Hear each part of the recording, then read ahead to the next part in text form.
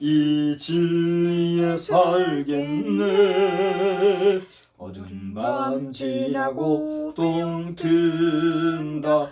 바람빛 보아라 저 빛. 주 예수의 나라 이 땅에 곧 오겠네 오겠네. 살아 역사하시는 하나님, 다시 한번 주님 앞에 이 시간에 기도합니다.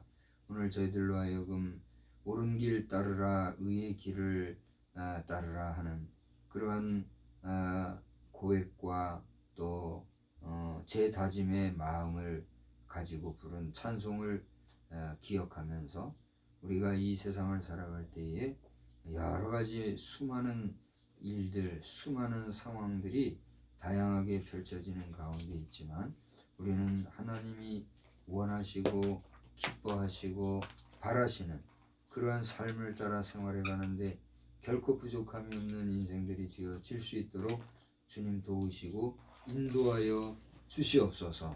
아버지 하나님, 이 밤에도 말씀 안에서 큰 은혜 될 줄 믿사옵고 예수님의 이름으로 간구하며 기도드리옵나이다. 아멘. 예, 마이크가 설치가 안 됐었군요.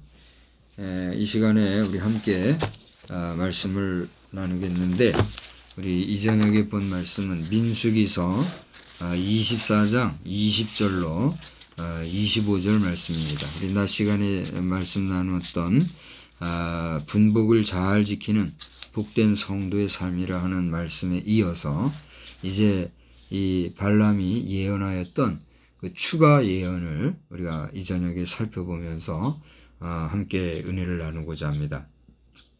굳이 제목을 정하자면 사주자와 역사자의 종말, 이러한 제목을 설정을 해보았습니다. 우리 한번 따라서 해볼까요? 사주자와 역사자의 종말. 예. 사주한다는 말이 무슨 말입니까? 사주한다고 하는 말은 남을 부추겨서 좋지 않은 일을 시키는 거, 그걸 사주한다 그러죠. 그러니까 우리가 민수기서 22장에서 23, 24장을 쭉 보면 알겠지만 여기에는 분명히 발락이라고 하는 모압 왕이 지금 누구요?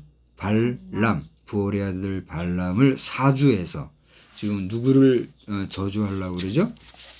이스라엘 백성들을 저주하려고 하는 그런 악의를 좀 품고 있었던 것을 우리가 보게 되죠.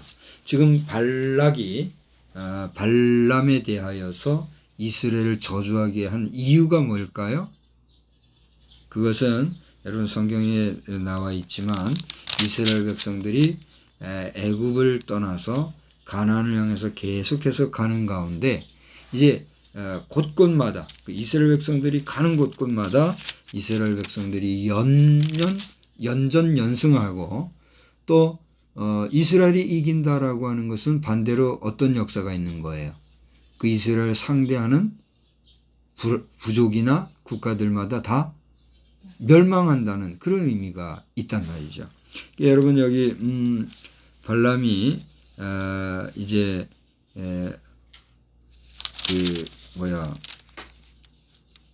발락이 발람에게 이렇게 불렀을 때에 여러분 21장 21절에도 보면 나오지만 아모리 왕 시온에게 이스라엘이 그 지역을 통과하기를 원했을 때 용납하지 않자 그때 완전히 초토화시켰단 말이에요. 그리고 거기에 아예 이스라엘 백성들이 눌러 지냈다고 나오거든요. 거기 31절에 보면 이스라엘이 아모리인의 땅에 거주했다 그랬단 말이에요. 이런 소식을 그 옆에 있던 모압 왕 발락이 듣고 나니까 어떤 마음이 가졌겠어요? 22장 2절과 3절을 보면 바로 이 모압이 심히 어떤 마음을 가져요? 두려운 마음이 있었기 때문에 이스라엘 백성들에게 저주해서라도 그들의 진행을 막아보자고 하는 그런 모략을 세운 거죠. 그래서 자기 힘으로는 어려우니까 누구를 부른 거예요? 부올의 아들 발람. 이 부올의 아들 발람은 낮 시간에도 얘기했지만 술사예요. 그러니까 여호수아 13장 22절을 보시면 그가 점술가 발람이라고 하는 그런 분명한 내용이 나와 있어요. 그러니까 이 발람은 부올의 아들 발람은 점술가로서 그러니까 점괘를 가지고 예언을 하는 그런 사람이에요. 근데 어떻게 그 발람이 여호와의 이름을 부르고 하나님의 지시를 따라갔을까? 여기에 대해서는 이제 여러 가지 성서 해석적으로 또 우리가 역사적으로 이야기해야 될 부분이 있기 때문에 여기에 대한 또 다른 전문적인 이야기는 별도로 하고라도 오늘 22, 23, 24장 전반적인 부분에 보면 아무튼 이 점술가였던 발람이 찾은 신이 누구였다고요? 여호와라는 사실을 우리가 기억하면서 그 여호와 하나님께서 발람에게 너는 하지 마라 또는 너는 내가 하는 말만 해라 라고 지시하시는 이런 이야기를 우리가 보게 된다라고 하는 것이죠. 이런 가운데서 이제 오늘 낮 시간에 본 대로 발람이 마지막 네 번째로 예언을 하는 가운데 그가 한 예언은 발락이 사주하고 요청했던 것처럼 이스라엘 백성들을 저주한 거였어요? 축복한 거였어요? 축복한 것이었어요. 사실 오늘 우리가 발람이 이스라엘 백성을 축복했느냐라고 하는 질문을 한다면 17절, 18절, 19절에 보면은 사실 축복했다고 우리가 보기는 어려워요. 그죠? 왜 그렇습니까? 거기 보면 말 그대로 앞으로 어떻게 될 것이고 어떻게 될 것이고 하면서 예언적으로 예견하고 있는 그러한 모습이 기록이 되어 있기 때문이에요. 그렇기 때문에 이걸 굳이 축복이라고 표현하기는 어렵지만 발락의 입장에서는 이스라엘 백성들을 어떻게 해요? 막 저주하면서 저들이 잘못될 것이다, 망할 것이다, 저들은 안 될 것이다, 뭐 이런 식으로 얘기해 주기를 원했는데 전혀 그런 게 아니라 오히려 들어볼 때, 자기가 들어볼 때 축복했는 것 같이 긍정적인 미래를 예견하고 있으니까 발락의 입장에서는 어떤 마음이었을까요? 오히려 더 두려운 마음이 생겼을 거란 말이죠. 19절까지는 그런 내용이 나오는데 방금 우리가 읽었던 본문 20절에서부터 25절 사이를 보면 24절까지를 보면 설상가상으로 이스라엘 백성 외에 지금 이스라엘과 이 대칭이 되고 있는 어떻게 보면 대비가 되고 또 이스라엘의 어떻게 보면 적대가 될 만한 이러한 그 족속들에 대해서 뭐라고 얘기하고 있어요? 오히려 그들이 멸망할 것을 예언하고 있단 말이에요. 20절에 보니까 아말렉을 뭐라고 그랬습니까? 민족들의 으뜸이지만 그 종말은 멸망할 거다. 또 겐 족속을 바라보면서는 뭐라고 그랬어요? 그들의 그들의 거처는 견고하고 보금자리는 튼튼하다는 거예요. 약하다는 거예요. 그게 튼튼한 겐 족속일지라도 나중에는 어떻게 해요? 아수르의 포로가 될 것이다. 또 23절에 예언하기를 뭐라고 그랬어요? 나중에 보면 아수르도 멸망할 것이다. 그렇게 지금 모압과 모압 근동에 있는 지역들에 대해서 오히려 저주에 가까운 그런 부정적인 예언을 하였단 말이죠. 그러니까 발락이 지금 이 말을 발람이 예언한 이 내용을 한 번 들었어요? 두 번 들었어요? 우리 성경을 쭉 읽어보면 몇 번이나 발람이 예언하고 있다고 그랬어요? 세 번? 네 번. 여기 보면은 여러분이 성경을 우리가 참 읽기가 쉬운데 23장 27절에 보면 발람의 세 번째 예언이라고 나오죠. 그 다음에 24장 10절을 보면 그 위에 제목을 뭐라고 했어요? 발람의 마지막. 이 네 번째 예언한 한 번도 아니고 두 번도 아니고 네 번씩이나 예언을 하는데 그 예언이 이스라엘을 저주하기는커녕 오히려 모압 근동에 있는 아수르라든가 겐 족속, 아말렉 족속의 멸망과 그들이 마지막에 잘 안 될 것을 예언하고 있으니 성경을 잘 보시면 알겠지만 발람이 일어나 어떻게 했어요? 아무 말도 안 했어요. 아무런 말한 게 없어요. 아무 말도 안 하고 그냥 자기 곳으로 돌아갔다 그랬어요. 그리고 발락도 자기 길로 갔더라 그랬어요. 자, 그 전에 여러분 24장 10절을 한번 보실래요? 거기에 이제 마지막 예언을 하기 전에 발락이 세 번씩이나 이스라엘에 대해서 저주하기는커녕 자기가 듣기에는 오히려 축복하는 예언을 하니까 노하여 손뼉을 치며 말하되 그게 무슨 얘기예요? 화가 나면 우리가 기뻐서 응원할 때 뭐 축하할 때 이런 때도 박수를 치지만 화가 나면 야야야야야야 그만 그러면서 할 경우도 있잖아요. 그걸 좀 박수를 치면서 손뼉을 치면서 내가 너 발락을 부른 것은 내 원수, 지금 내 원수가 누구예요? 이스라엘을 저주하라고 하는 것이 아니냐? 만약에 당신이 이같이 3번씩이나 축복하지 않고 저주했더라면 어떻게 됐을 거예요?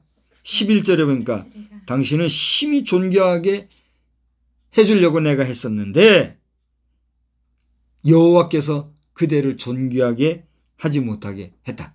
그게 무슨 얘기야? 난 너를 이제 도저히 존귀하게 내가 못 해주겠다. 이런 얘기지. 화가 나가지고 이렇게 얘기해. 그러면서 분노를 표할 때에 12절에 보니까 뭐라고 그랬어요? 당신이 내게 보낸 사신들에게 내가 이르지 않았습니까? 그러면서 나는 어떻게 말할 것이다. 여호와의 말씀. 하나님의 말씀만 내가 할 것이다 라고 말하지 않았습니까? 그러면서 어떻게 해요? 계속해서 이제 이스라엘 백성들에 대해서 좋게 얘기하는 그런 모습을 보였다. 그래 이제 그 뒤에 여기 오늘 저 24장 25절 보면 알겠지만 발람이 어떻게 해요? 도저히 더 말 못하고 자기 곳으로 어디로? 모압으로 돌아갔다라는 거예요. 자, 이 장면은 이제 발락이 모압 지경에서 어느 정도 이제 위치 이동을 해가지고 발람을 만나가지고 저 높은 곳에서 내려다보면서 이스라엘 백성들을 저주해달라고 사주한 거란 말이에요. 근데 자기의 원대로 됐어요, 안 됐어요? 안 됐기 때문에 제 길로 그냥 가고 말았다. 근데 여기 보면은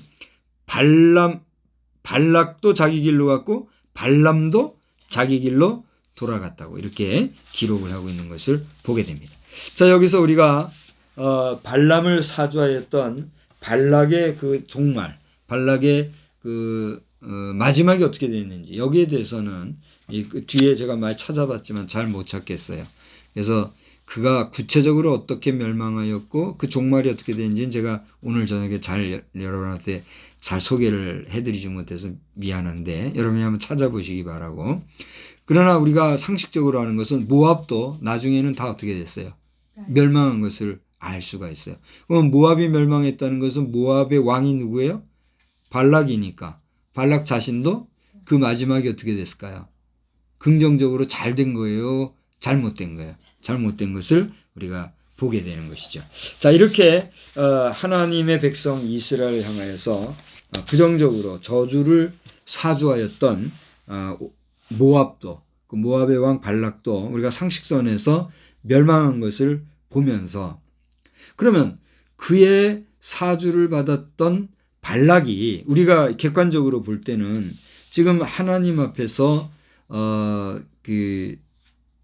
이스라엘 백성을 향하여 저주도 하지 않았고 오히려 좋게 얘기했으니까 결론적으로 보면은 그가 했던 활동은 긍정적으로 잘했던 활동이에요? 아니면 잘못했던 활동이에요? 잘못. 왜 잘못했어요? 하지 말았어야 될 일을. 뭘 하지 말라고 했어요? 이스라엘을 저주하러 가지 말라고. 그 얘기야. 그래요.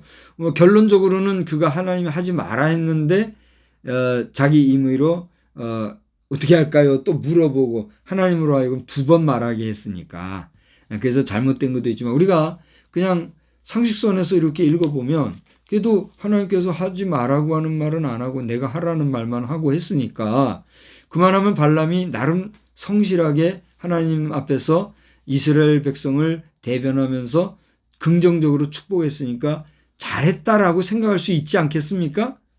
그런데 성경은 그렇게 발락의 사주를 받아 그 사주를 그대로 행하지 아니하고 우리가 측면에서 봤을 때는 오히려 덕스러운 축복의 말을 했던 그런 활동을 하였던 발람이었던 것 같지만 나중에 보면은 그 자신이 어떻게 되었어요?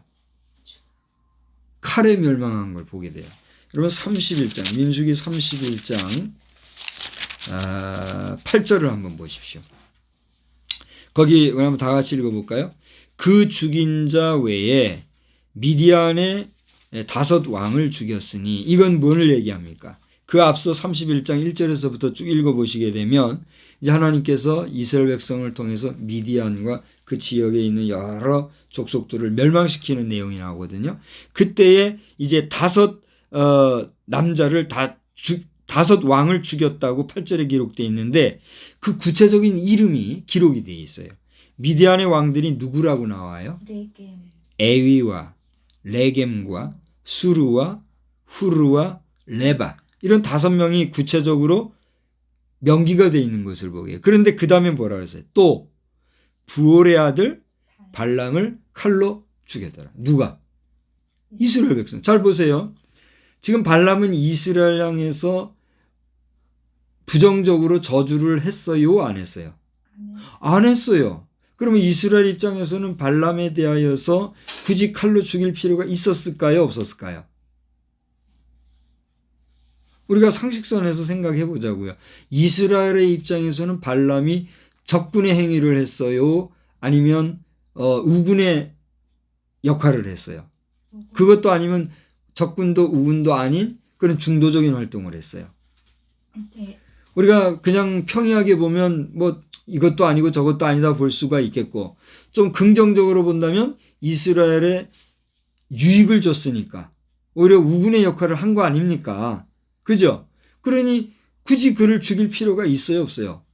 없죠. 그런데 이스라엘은 그 발람조차도 어떻게 했어요? 칼로 죽였다고 이렇게 나왔어요. 왜 그랬을까? 오늘 아침 시간에도 얘기했지만 이 발락이라고 하는 이름의 뜻을 제가 한번 말씀을 드렸어요. 그는 약탈자라고 하는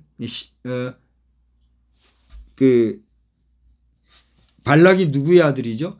십볼의 아들이잖아요. 십볼의 아들로 약탈자라고 하는 뜻이 있는가 하면 텅 빈 자, 또 낭비자 이런 뜻이 있다고 그래요. 그래서 이러한 이름을 가진 발락이었고 그는 모압의 왕이었지만 이제 그 나중에 이스라엘을 유혹해서 그들이 행음과 또 우상 숭배에 빠지도록 이렇게 이끌었던 이런 인물이었다라는 거예요. 그런데 아쉽게도 발람도 나중에는 이 발락과 결별을 해가지고 그가 산 지역이 미디안 지역이거든요. 근데 미디안 지역 안에서는 뭐가 횡행했어요? 그 지역 자체도 우상 숭배와 음행이 만연했던 지역이라는 것이죠. 그런데 그는 아까 얘기했지만 신분이 뭐였어요? 술사였거든요. 아까 잠깐 얘기했지만 여호수아 13장에서 얘기했던 대로 점술가였기 때문에 지금도 뭐 점술가 뭐 이런 사람들이 있지만 그런 특별한 능력을 가지고 활동하는 사람들에게는 누가 따라요?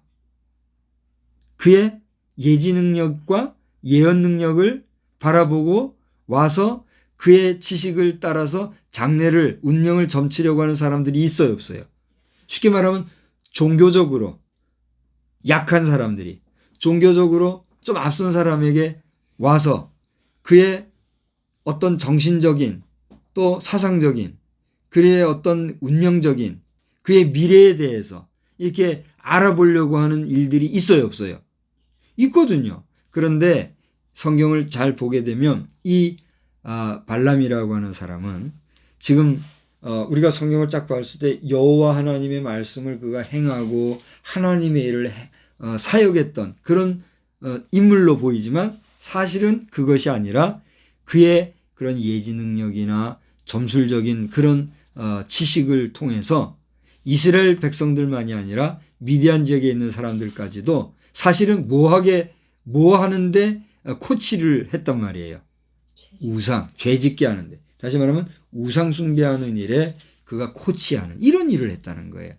그런데 여러분들도 잘 아시겠지만 우상 숭배한다고 하는 것은 그 안에 뭐 하는 일이 동반이 됐다는 얘기예요. 음행하는 일이 동반이 됐더라는 거예요.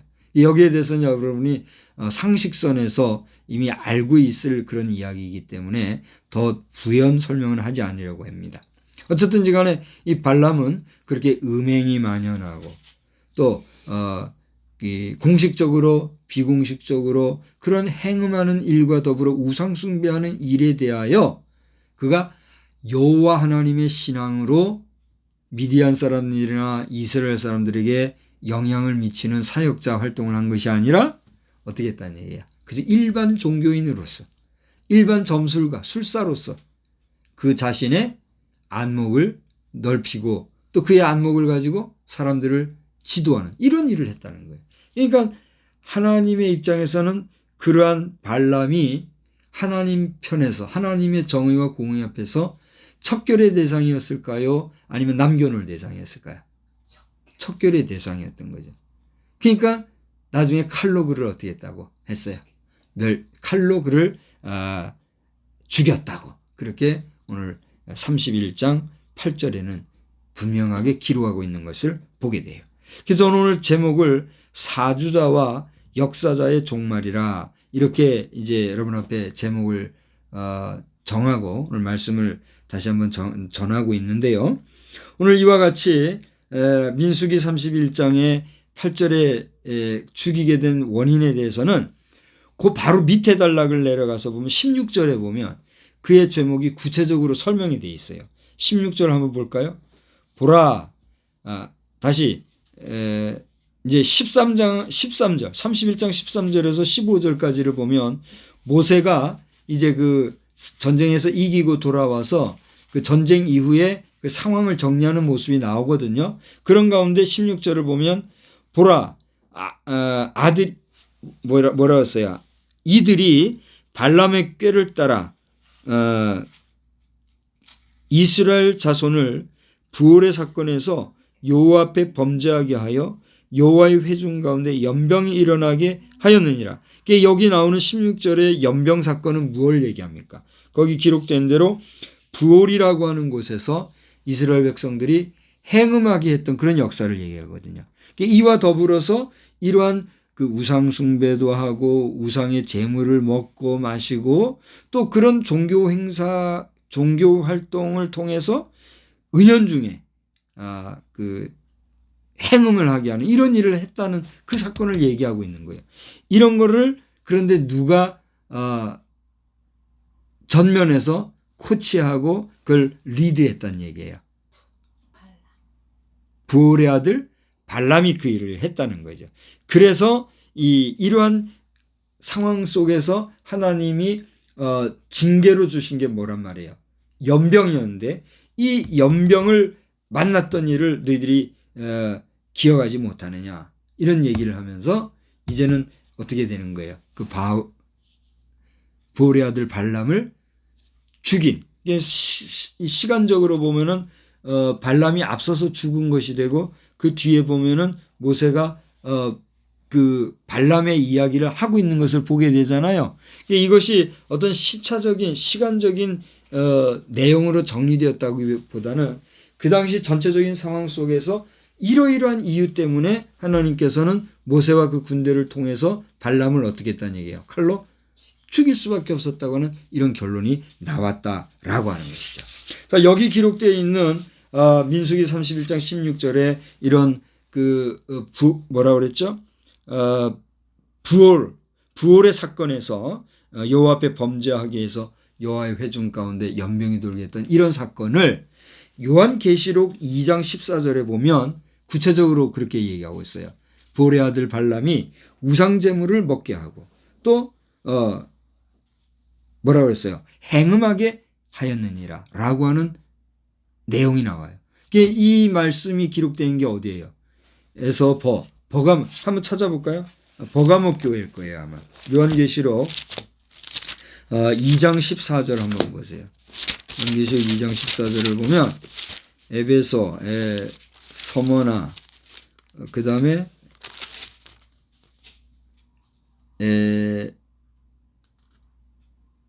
2장 14절 뭐라고 그랬어요?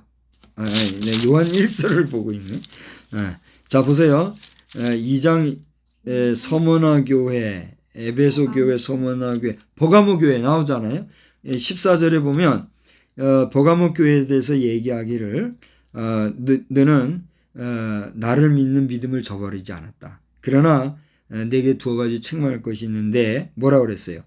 내게 발람의 교훈을 지키는 자들이 있도다. 발람이 어떤 교훈을 했다는 거야? 우상숭배. 그렇죠. 우상 제물을 먹게 하였고 또 행음하게 하였다. 이걸 얘기하고 있어요. 이걸 지적하면서 발람의 죄는 다름이 아니라 발락이 이스라엘 백성들을 행음하게 하고 우상숭배했던 것과 똑같은 죄를 졌다.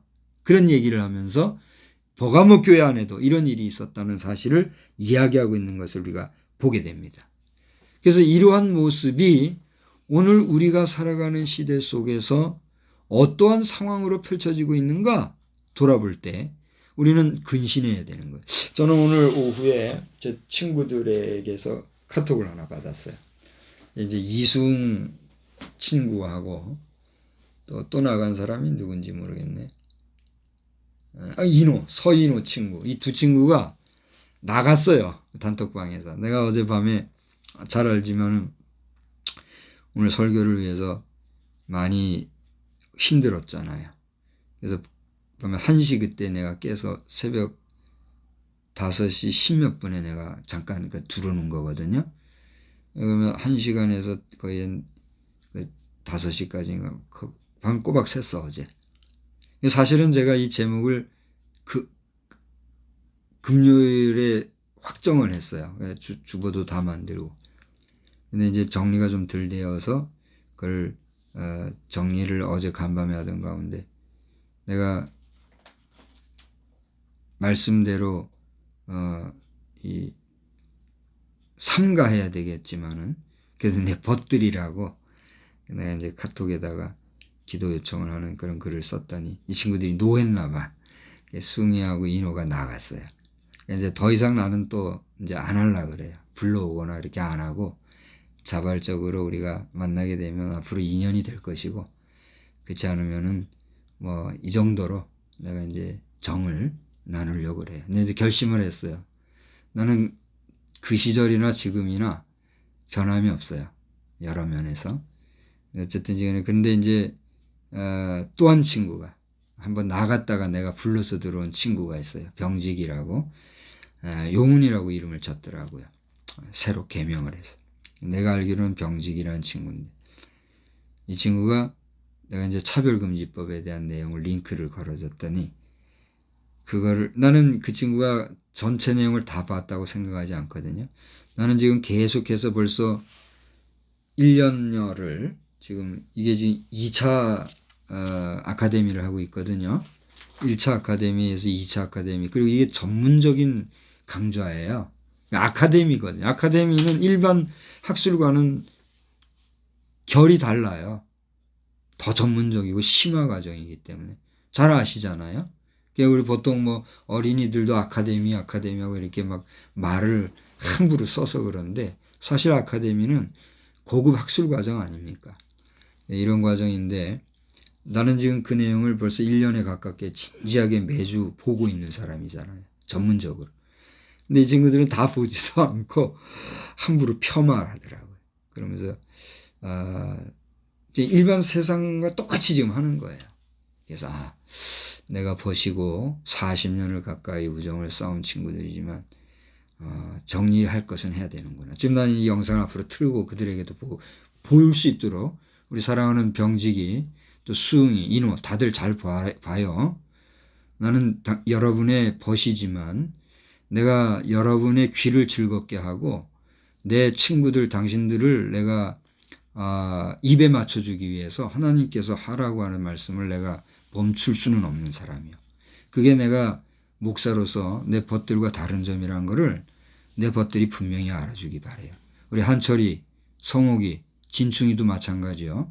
내가 청소년 시절부터 여러분들에게 어떻게 행해왔는지 다 잘 알잖아.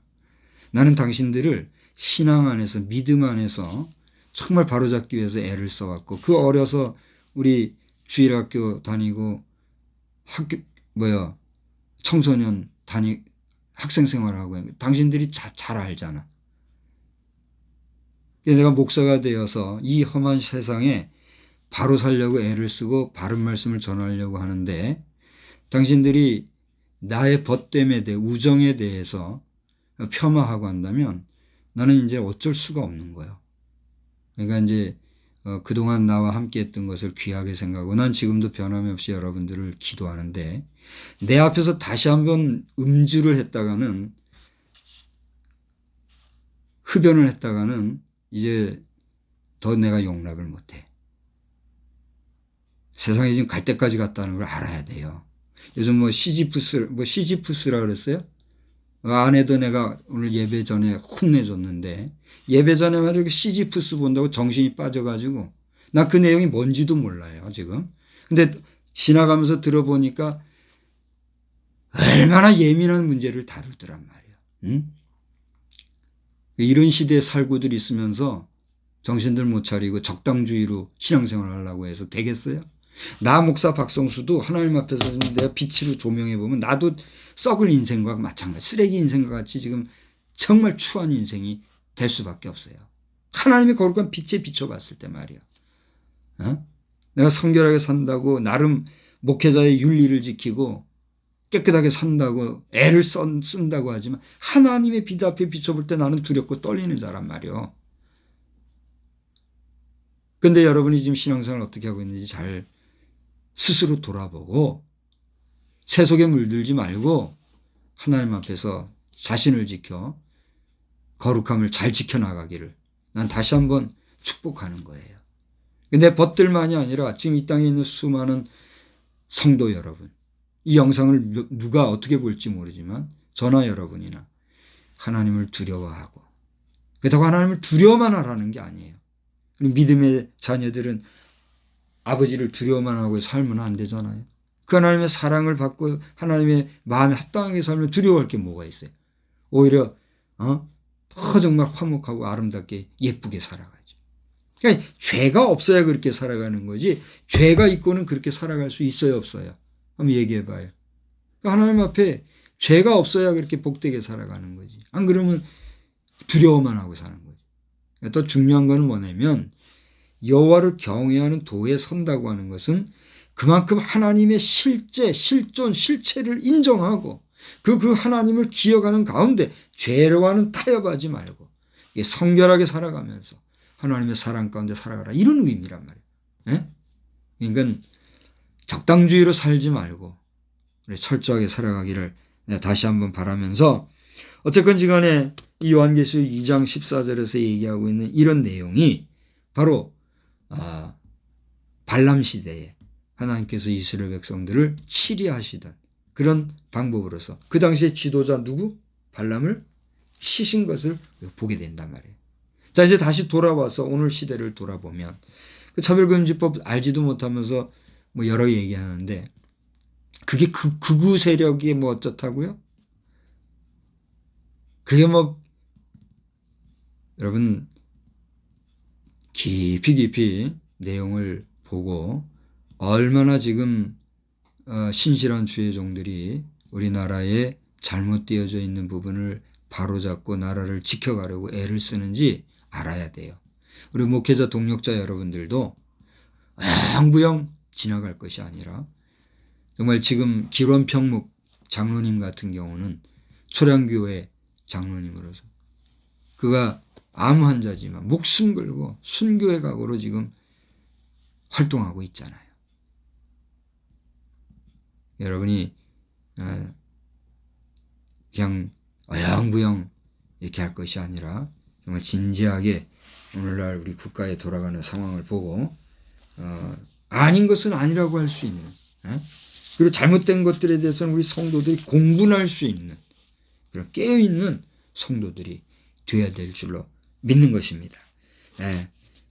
그래서 낮 시간에도 잠깐 소개해드렸던 내용이 요한계시록 2장 14절 외에도 제가 아까 낮 시간에 그랬죠. 베드로후서 2장 14절 5절 6절까지 그 말씀하고 유다서 1장 10절 11절 꼭 읽어보라 그랬죠. 기억하세요 안 하세요? 오늘 그 말씀을 잠깐 찾아서 읽어보고 이제 마무리를 하려고 합니다. 우리 한번 베드로후서 2장 14절 한번 찾아봅시다. 베드로후서 2장 14절 말씀드린 대로 베드로후서 2장의 내용은 거기 거짓 선지자들과 거짓 선생들에 대한 이야기가 나와 있다고 그랬거든요. 거기 보면 여러 가지 내용들이 나와 있어요. 여러분 잘 읽어보고 그 가운데 14절 거기 보면 뭐라고 그랬어요? 14, 15, 16절 다 같이 읽어봅시다. 음심이 가득한 눈을 가지고 범죄하기를 그치지 아니하고 굳세지 못한 영혼들을 유혹하며 탐욕에 연단된 마음을 가진 자들이니 저주의 자식이라. 그들이 바른 길을 떠나 미혹되어 부올의 아들 발람의 길을 따르는도다. 그는 불의의 삭스를 사랑하다가 자기의 불법으로 말미암아 책망을 받되 말하지 못하는 나귀가 사람의 소리로 말하여 이 선지자의 미친 행동을 저지하였느냐. 이거 무슨 얘기예요? 요한계시록에서 아까 버가모 교회라고 했죠. 버가모 교회에서도 거론되었던 발람이라고 하는 인물이 이 베드로 후서에서도 지금 반복해서 거론이 되면서 겉으로 보기에는 이 발람이 이스라엘 백성을 위해서 좋은 쪽으로 사역을 했던 사람들이었던 것 같지만 내면적으로는 어떻게 됐다는 얘기예요? 우상숭배와 행음하는 일을 리드하는 그런 역할을 했다. 이걸 얘기하고 있는 거예요. 그러니까 오늘날 우리 한국 교회가 우리 저 신병직 친구나 내 벗들이 오해하는 그게 뭐냐면 지금 엊그저께 금요일 말고 지난 금요일 그러니까 4월 언제죠? 4월 2일 4월 2일에 강의하셨던 정아무개 교수라고 계셔요. 그분은 호주에서 공부를 하신 분이더라고요. 그분의 내용을 한번 읽어보라고요. 저도 지금 감을 잡았지만 영국의 안드레아인가요? 변호사. 그분도 얘기하고 해서 모든 걸 내가 이제 상황을 볼 때 지금 영국이나 독일이나 뭐 미국도 마찬가지일 거예요. 여러 그 서구 교회들은 아이고 이거 큰일 났다. 차별금지법 해가지고 이거 잘해보자고 했던 거 이거 문제 생겼네 하고 이제 깨닫고 돌아오게 되는 그런 형국인데 이제 그 다 끝나가는 마당에 우리는 그거 이제서 받아가지고 인권을 어떠고 하면서 지금 그동안 지켜왔던 우리 대한민국의 우리 한반도의 깨끗한 문화를 추하게 만들고 있다. 그걸 얘기하고 있는 거거든요. 이런 상황에서 우리 목회자나 또 깨어있는 사회 지도자, 법률계 지도자들은 이거 안 되는 거라고 지금 막고 있는데 관심도 안 가지고 그 연구도 하나 안 하고 그리고 그런 말하면은 에이 하고 머리 돌리고 친구들이 저를 배타적으로 지금 하고 있듯이 그렇게 알지도 못하면서 그렇게 한다고 하는 것은 결코 하나님의 말씀을 가진 자로서 말하지 않을 수가 없다는 거예요. 지금 아니 기가 막혀서 1살에서 4살까지 아이들에게 뭐 자위하는 것을 가르쳐 준다고 하는 일이 있었다면서요. 아니 그 1살에서 4살 아이들에게 자위하는 걸 왜 가르쳐? 왜? 그게 교육이라고 한다니 그게 제정신이냐 말이에요. 그 성행위라는 것이 모르고 하는 것보다 알고 제대로 하는 것은 좋겠으나 그것을 의무화하고 그것에 대해서 잘못된 것, 과도한 것에 대해서는 과도하다고 말하는 것에 대해서 말하지 못하게 하고 그걸 벌금 내게 하려고 하는 이런 일들이 차별금지법이라고 한다고 하니 그걸 어떻게 정당하다고 교회가 인정해 줄 수 있느냐 말이에요. 그렇잖아요? 근데 그 속내막도 알지 못하면서 지금 정치적으로 자꾸만 좌파 정치활동을 하는 자들이 의식적으로 지금 불법을 만들려고 하는 이런 일들에 대해서 그냥 자기들의 좋아하는 정당에만 매여가지고 으쌰으쌰하는 이런 엉터리 같은 일들을 어떻게 가만히 두냐 말이에요. 이런 상황이란 걸 제대로 알고 우리가 나아가야 된다라고 하는 거란 말이에요. 그래서 유다서 아까 1장도 제가 한번 읽어보시라고 얘기했지만 마지막으로 유다서 1장 11절 말씀을 보면 거기는 뭐라고 기록되어 있는가 우리 한번 읽어본 다음에 정리하고 말씀을 마치도록 해요. 요한 1, 2, 3서 지나서 유다서죠. 유다서 1장 10절로 11절 한번 보세요. 여기 보면 이 사람들은 그랬어요. 이 사람들은 누구를 얘기하는 걸까요? 거기 여러분 그 3절에서부터 지금 마지막 절까지는 제목이 뭐라고 돼 있어요? 거짓 교사들에게 내릴 심판이라고 그랬어요. 아까 우리가 조금 전에 베드로후서 2장을 봤잖아요. 베드로후서 2장의 전체적인 내용이 뭐예요? 거짓 선지자들과 거짓 교사들에 대한 내용이었죠. 그 내용을 여기 유다서에서는 다시 상기시키면서 그 거짓 교사들에게 내릴 심판의 내용이 여기 구체적으로 쓰여 있는 거예요. 이 내용이. 3절로부터 마지막 절까지. 그 가운데 제가 여러분 앞에 소개해드린 10절로 11절 다 같이 한번 보세요. 이 사람들은 누구? 거짓 교사들, 거짓 선지자들. 이 사람들은 뭐라고 그랬어요? 무엇이든지 그 다음 뭐예요? 그 알지 못하는 것을 비방. 봐요. 박 목사는 지금 우리 그러니까 차별금지법 바로 알기 아카데미 여기에 시즌 1에서부터 시즌 2까지 지금 매주 금요일마다 지금 계속 2시간씩 하고 있어요. 이게 얼마나 힘든지 몰라요, 솔직히. 에? 오후 2시서부터인가 하거든요. 그거 보고 이렇게 있으면 어떨 때는 나도 피곤할 때는 깜빡 졸기도 하고 내가 그래요. 공부하는 게 쉽습니까? 공부하는 거 쉬워요, 어려워요? 난 지금 평생 공부만 하고 살지만 공부하는 게 얼마나 어렵습니까? 내가 요 밖에서 노동도 하지만 이건 차라리 육체가 이렇게 손도 막 이렇게 힘들고 어깨도 이렇게 결리고 육신은 힘들지만 정신은 어때요? 오히려 맑더라고요. 깨끗하고 생각 안 하고 하니까 오히려 편해요, 마음은. 근데 공부하는 건 뭐예요? 신경 쓰고 머리도 아프고 공부하는 게 쉬운 게 아니더라고요. 공부도 노동 중에 노동이더라고요. 그렇잖아요? 그렇게 공부하고 연구하고 함께 기도하고 이렇게 하면서 나는 얘기하는데 당신들은 그거 공부하고 제대로 한번 그 속 내용 알고 있으면서 얘기하냐 말이요. 알지 못하는 것을 비방만 하려고 말이죠.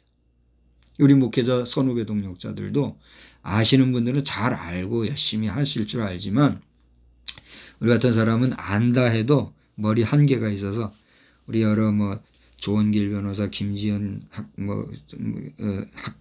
교수, 또 이명진 교수, 안창호 우리 대법관 이런 분들 같이 잘 제가 지혜롭게는 못해서 내가 강사로 나간다든가 무슨 그런 리드 역할은 잘 못한다 할지라도 그게 내가 할 수 있는 건 기도밖에 없어요. 그럼 저분들이 승리하게 해 주옵소서. 그게 기도만 하는데 그게 적극 전면에 나서지는 못한다 할지라도 최소한 비방은 안 해야 될 거 아니에요. 그렇지 않아요? 우리 동기 동력자들에게도 이런 거 하면은 할 때마다 이 딴지 거는 이 친구들이 있어요. 내 이름 대면 알만하죠. 그냥 그 친구가 아예 제껴버렸어요, 지금. 그래서 몇 개월 동안 내가 이제 응답도 안 하고 그들이 하는 말 보도 안 하고 있어요. 할 수가 없더라고요. 왜냐면 내 영혼이 핍절해지니까. 그러면서도 그들은 공교에서 지금 제대로 사역 잘하고 있어요. 놀기도 잘 놀고 얼마나 성격도 좋고 잘하고 있단 말이에요. 근데 내 사상과 나의 하나님 앞에서의 신앙적 양심으로는 동의가 안 되는 거예요. 이렇게 영적 전투 하는데 난 그 말을 좋아하지 않지만 우리는 이렇게 전투 속에 있단 말이에요. 그걸 알고들 해야지. 아무튼지 간에 그 다음 뭐라 그랬어요? 또 그들은 뭐예요? 이성 없는 짐승같이 본능으로 하는 그것으로 멸망. 여러분 이성 없는 짐승같이 본능으로 하는 그것이란 게 뭐예요? 짐승들도 때가 되면 다 교미할 줄 알고 때가 되면 다 암내가 나고 순내가 나가지고 지들끼리 다 교미해가지고 새끼 나요 안 나요? 짐승들도 다 누가 교육해서 가르쳐줘서 하냐 말이요. 짐승들도 다 하는 그런 본능적으로 하는 인간의 그런 본성적인 안 가르쳐도 다 되는 그런 걸 뭘 가르치고 인력 낭비해가고 재정 낭비해가고 이런 식으로 하면서 온 우리 아이들의 사상과 생각들을 흐트리냐 말이에요. 그게 무슨 교육이냐 말이에요. 우리가 성교육 받아가지고 결혼하고 성교육 받아가 알아가지고 애기 낳고 그랬어요? 물론 좀 알고 상식적으로 이해하면서 이렇게 하면 더 좋은 도움을 받을 수도 있겠죠. 그런 것까지는 말을 하지 않잖아요.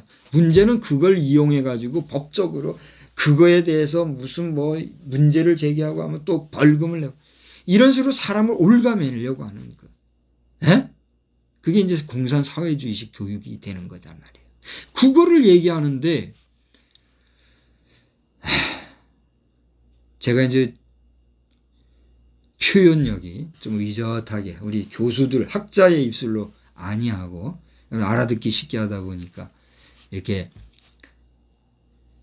어떻게 받아들일지 알 수 없으나 이렇게 얘기하는 게 좋은 줄 아셔요. 내가 연구해가지고 학자의 혀를 가지고 풀어서 우리 교수님들처럼 나도 잘 하잖아요. 그런 거 프레젠테이션 하면서. 그죠?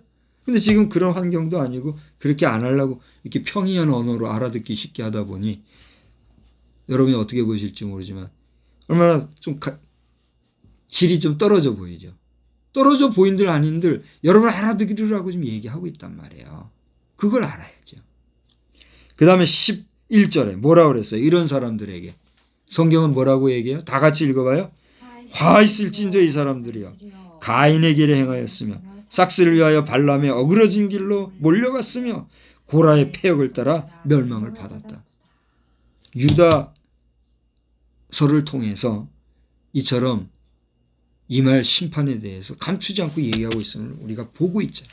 근데 그걸 말해야 되니까 설교자로서 나는 지금 얘기하는 거예요. 앞으로 차별금지법을 만들면 그 법을 근거로 해가지고 이런 말도 이제 못하게 하겠다고 하는 것이 차별금지법인데 그걸 어떻게 법제화하는데 우리가 함께 할 수 있냐 말이에요. 그렇지 않아요? 내 사랑하는 친구들 알아듣겠어요? 당신들이 친구 성수 목사를 응원하고 함께 해줘야지 성수 목사 하는 말을 딴지 걸고 그렇게 해가지고 되겠어? 내가 어려서부터 당신들 신앙생활을 위해서 얼마나 열심히 내가 쫓아다니고 있어. 내가 시간 보내고 함께 어울려주고 우리 같이 지낸 것 당신들이 더 잘 알잖아. 내 은사 이상훈 교수님이 보고 싶은 밤이기도 하고 또 최종진 교수님도 어제 책을 사러 갔더니 책이 없더라고요. 마지막 권을 내가 어제 산 거예요. 그래서 내가 이제 그거를 개론이지만은 선물로 하려고 준비도 하고 했는데 지금 오늘 낮 시간에 정광훈 목사님도 설교하십디다마는 가인의 예배와 아벨의 예배가 있다잖아요. 가인의 예배는 뭐예요? 하나님 앞에 피 없이 드리는 형식적 제사였다 이거예요. 아벨의 예배는 뭐예요? 피가 있었고 희생이 있었다 이런 얘기예요. 여러분 이 우리가 드리는 예배가 또 오늘 이 드리는 설교가 여러분이 보실 때 어떻게 받아들여집니까?